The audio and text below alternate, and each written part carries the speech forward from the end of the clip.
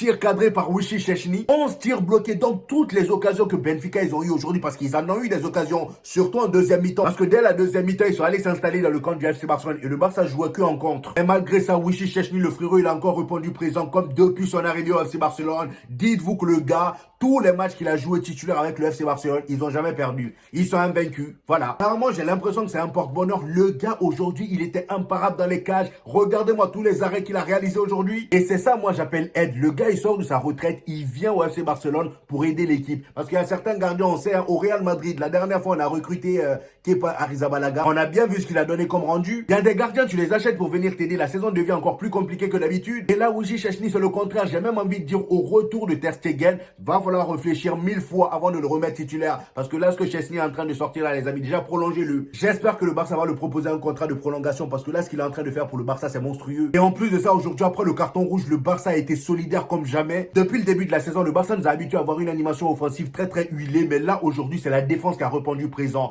Comme je l'ai dit, après le carton rouge, Dani Olmo est sorti, Araujo est rentré. Très très bonne entrée d'Araujo d'ailleurs. Il est rentré et il était solide comme jamais. À ses côtés, Inigo Martinez d'ailleurs qui a été, voilà, qui a pris un carton jaune injustement. Les arbitres, là, il va falloir arrêter vos conneries. Un jour, on va vous baffer, vous allez rien comprendre. Là, il commence à ramener de la dictature dans le football. Depuis un moment, je le dis, mais là, de plus en plus, on le voit. Inigo Martinez, à la fin de la première mi-temps, vous avez vu le coup qui se prend dans le tibia. À la fin de la première mi-temps, il y a un joueur de Benfica qui vient marcher sur son pied, sur son tibia. C'était clair et net, mais l'arbitre n'a pas sanctionné le joueur de Benfica et il a même pas sifflé faute. Et à cause de ça, Inigo Martinez a pété les plombs. Il était complètement énervé et énervé pas devant l'arbitre. Il était dans son coin, énervé. Il a le droit d'être énervé. Il a pris ses protèges tibia, il a tapé dans le sol et à cause de ça, l'arbitre a donné jaune. Pourquoi?